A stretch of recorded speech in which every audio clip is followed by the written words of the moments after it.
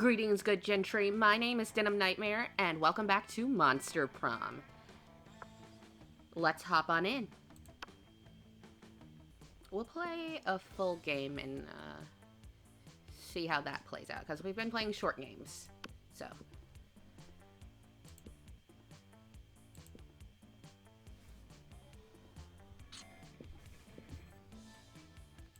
I'm Mira, as always. Oh, that's not what I wanted. There we go.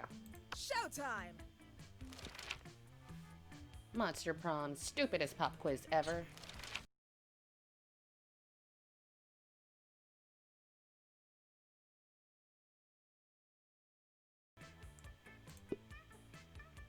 We'll see where that gets us.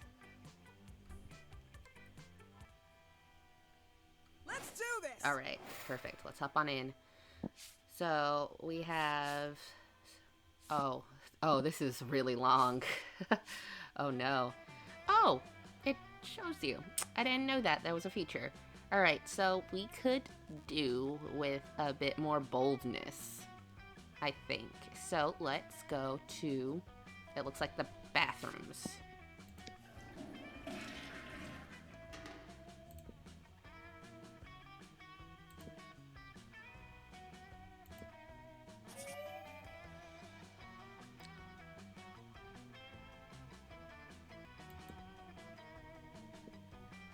You notice Scott and Damien waving their phones in each other's faces and decide to take a look. As you get closer, you realize they're discussing Pokemans Go, the mobile game based on the hit television shows Pocket Humans. Awesome, bro. Fucking metal!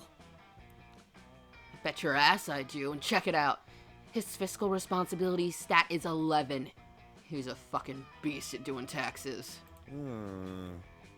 I hear he's lactose intolerant, though. Yeah, I feed him nothing but cheese pizza to fuck with him. He hates it. That's not very nice. I'm super nice to my Leslie Dunbar. Fuck you! You've got Leslie Dunbar? The queen of insurance liability management? Yeah, I had to trade 2 Mindy Babcocks and a Jared Fogle to get her. But it was so worth it. That's nothing. You got a Pokemon so rare, it'll send them both into shock. You whip out your phone and show them your... Winslow Gibbs, fiscal responsibility 14, armor class 20, loving owner of speedboats and several dogs. Or Scabs Rent-A-Car, sex murderer. I think these are both very obvious. Now that's what I'm talking about. I didn't even know they made Pokemans like this. What type is this? Criminal type? Why the fuck did nobody tell me this was in the game? Whoa, Damien, calm down. You're shaking your phone and it's upsetting Walter Jacobs. Fuck Walter Jacobs. I'm getting myself a Scabs Rent-A-Car and he's gonna murder all my other Pokemans. Yo, I'd offer to trade you my whole roster for that mean son of a bitch, but all my Pokemans are obviously lame as hell. And hell's pretty lame. Why do you think I'm up here all the time? Tell you what, I'll beat up the loser of your choice, free of charge, if you hook me up with that mighty bastard. Nah, why not? You never know when a free beatdown might come in handy. You lose 1 Scabs Rent-A-Car, but you gain +2 creativity and +1 boldness. Oh, it's gonna be so long. Let's do this! Okay, we'll hang out with Damien and Polly. You arrive at your chosen table to find Damien dejectedly hefting a ball of mashed potatoes while Polly sadly passes her hand through the same. Seriously? What do we have to do to get into a food fight started in this cafeteria? I honestly don't know. I tried throwing potatoes at people and yelling, "Food fight!" but I think everyone is too scared of me to fight back. Oh, they have little holiday outfits. That's adorable. Santa's favorite hoe. I can't throw any food because of my stupid ghost hands. Plates, mirrors, antique furniture, sure, but not food. There's gotta be a way to provoke a food war. My dads are always telling me to be more political. But we're not political. Your strength is hitting things, and my strength is being unbelievably hot all the time. Unbelievably hot? That's it! We'll set the cafeteria on fire! Wait, no, that's not a solution. That's just arson. Why do I always jump straight to arson? It's hard to watch them struggle through this by themselves, so you step in with the idea of your own. Wars are fought over scarce resources. Steal everybody's food and put it in the pile. That ought to do it. Hey, Polly, you know how the Greeks fought a whole war over Helen of Troy's face? We just need you to get kidnapped by the Trojans. That never ends well for the Trojans. So I'm gonna say resources. Whoa, is that what politics is? Beating people up and putting their stuff in a big pile? I didn't know I was already so good at politics. And then I can roll around in the food pile. Oh, it'll go good on my non-skin. Damien spends the rest of the lunch piling up everybody's food in an enormous food mountain. Hungry students are soon swarming the mountain trying to grab what they can, while Damien pelts them with fire and knives from above. In a panic, the students turn on each other, fighting with the only weapons they have, the food in their hands. Food fight! Food fight! I think a fight like this is how I died. The casualties are beyond counting, but no one will be forgetting that food fight anytime soon. Week 1 evening. Oh, it's so long. I don't know if we'll get through this. Okay, we need, I think, a little bit more boldness. We can do with 1 more boldness, I think. Or like 2 more. And then we'll go for charm. That day you visit the bathroom to take a number 2. Don't worry, there won't be any illustrations of that specific moment. Thing is, you make one of the boldest decisions in your life. You don't put paper on the toilet seat before using it. Don't do that, ladies. That's disgusting. Look at you, you crazy bastard. You gain +2 boldness and probably +1 Staphylococcus with a chance of 1 STD. If only I knew English. Later, you hear some kind of muffled squawking, and you see that Damien's backpack seems to be thrashing violently. Greetings, fellow classmate. Yeah, Amira is here. Yay, Amira is here. I've been waiting all day to show someone Damien's cock. Miranda, do you ever listen to yourself? Miranda pulls Damien's cock out of his backpack, and the rooster begins preening himself contentedly. Isn't he the sweetest little thing? Yeah, we're gonna use him for cockfighting. Specifically, we're going to have him cockfight the cockfighters to teach them a lesson about why you shouldn't make cocks cockfight.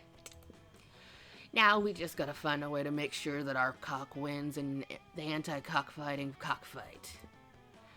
Lift your rooster's spirits with a romantic proposal. Give your cock a cock ring. This cock isn't an expert on violence. You are, Damien. Go undercover as a rooster.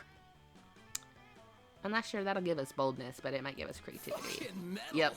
Oh man, how did I not think of that? I love finding opportunities for violence. With that, you, Damien, and Miranda get to work on Damien's incredible chicken outfit. It's sort of just a yellow jumpsuit with feathers haphazardly glued to it, but people are dumb, so it might work. You follow them to the cockfight, where Damien immediately begins to fight with the cockfighters with all his skills at violence, and his very convincing rooster impression. "Cock, motherfuckers!" Damien yells, punching someone in the face. "Cockle-doodle-doo! Cockle-doodle-fucking-doo!" "Squawk, I can fly 200 feet, he says, as he delivers a flying kick to the knee. "Cheek, cheek, Squawk, I live on every continent but Antarctica and can live for 15 years! He shouts as he karate pots someone's clavicle. You're not sure that actual roosters just scream facts about themselves to prove their identities, but Damien's won the fight by a landslide, and you can tell he's thrilled with his violence. And with you. You gain +2 boldness and +1 fun. I think we're good on the boldness. So let's have some fun. By having a party in the morning. That is where, yes. That day during recess, you start a half-hour rave that goes full crazy.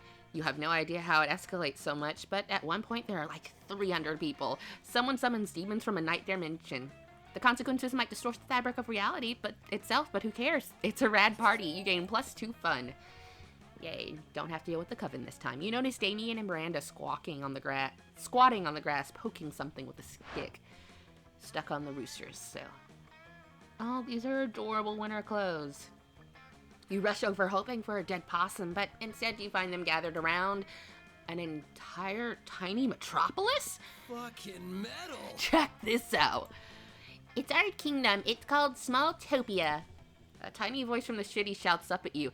It's called West Pemberley, and we're not a monarchy. I was just gonna burn it all with a magnifying glass, but I'm happy Miranda stopped me. It's good to be king. The tiny voices from the city says, we vote for our leaders in biannual elections. But we are facing a quandary. How to boost our kingdom's struggling economy. Yeah, the whole place has been facing an economic recession ever since a pigeon stole the hospital to build its nest. The tiny voice says, that red-haired guy stole the hospital and lied about it.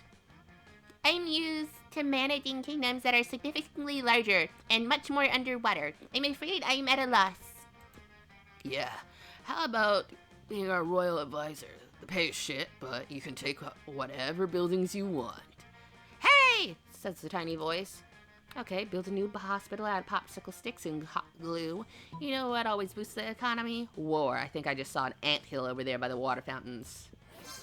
So smart.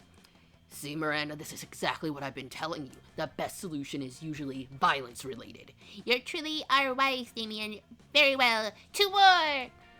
The three of you instigate a war with the ants by leaving a trail of syrup between Smalltopia and the anthill. The tiny city is soon devoting its entire infrastructure to combating the Fornmic menace.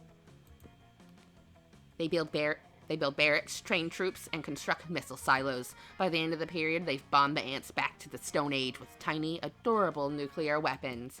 The drinking fountain will be radioactive forever, but Smalltopia's new military industrial complex really has revitalized its economy. You gain +1 boldness and +1 money as a bonus for your new permanent position on the Smalltopia Defense Council.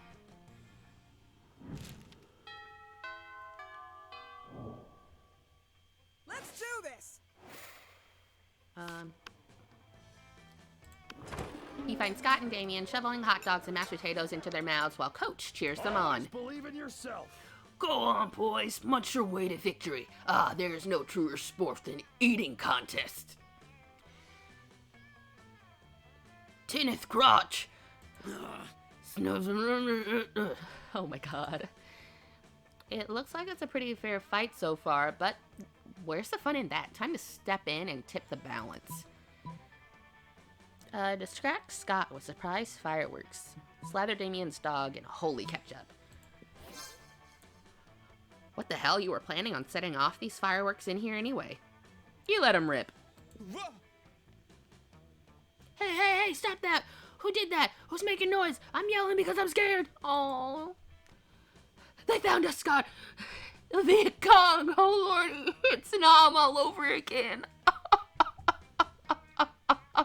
Oh no! He's like my grandpa.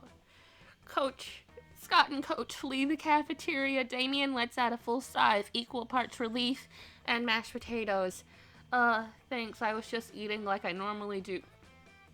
Thanks, I was just eating like I normally do when those two idiots came over and turned it into a sport. I feel so bad. It's not my fault I eat so fast. I got a literal furnace in my stomach. Damien lets you have some of his half-chewed hot dog. Nice! Some would say that's almost like making out with him.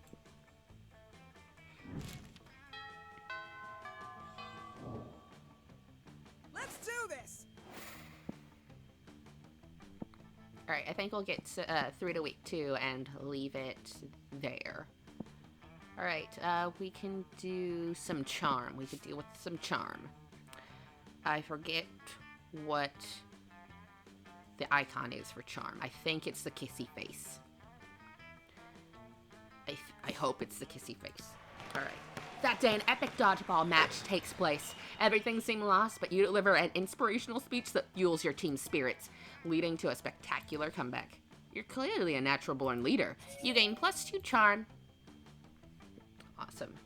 Alright, afterwards, you spot Coach ranting excitedly at Damien. Better go save them from each other. Always believe in yourself. What I'm trying to say, son, is that you're full of gills with untapped potential. I don't have gills. Then whatever you breathe with, that's what you're filled up with. My lungs? Sure, your lungs are full of untapped potential. And you know what they say. I don't. Untapped potential is like untapped maple syrup. It just sits in your lungs where you can't go on anyone's pancakes. What does that have to do with me creating a super special custom workout? Your potential, Damien. We gotta tap it. If you can design a workout that strengthens your specific skills, then this will still be a really dumb conversation. But it's an opportunity for you to bond with Damien. So, you suggest obstacle course through a burning building. It'll make you a better arsonist. An ambitious regimen of powerlifting. It'll make you a better hairdresser. Obviously, arson. Oh boy, I love obstacle courses. And I love burning buildings. See, Damien, becoming your best self can be fun and rewarding. You seem to be way too happy about this. You know what arson is, right? I don't need to know what something is to support my students' development. Oh, he's so wholesome. Good kitty. Okay, I mean, I'm totally willing to take advantage of your ignorance, but just so you know, I'm gonna use this as an excuse to set fire to. You don't need to explain yourself to me, Damien. I trust you absolutely. Well, okay, man. I guess I'm going to need some workout equipment. Specifically, 50 gallons of lighter fluid and a blowtorch. 50 gallons? That's a lot of weight. You sure can lift that You sure you can lift that safely when you're just starting out? Oh, don't worry. It'll very quickly become a lot lighter. You and Damien cackle maniacally as you plot to set fire to the gym. Again, Coach laughs right along with you. You gain +1 fun and +1 creativity.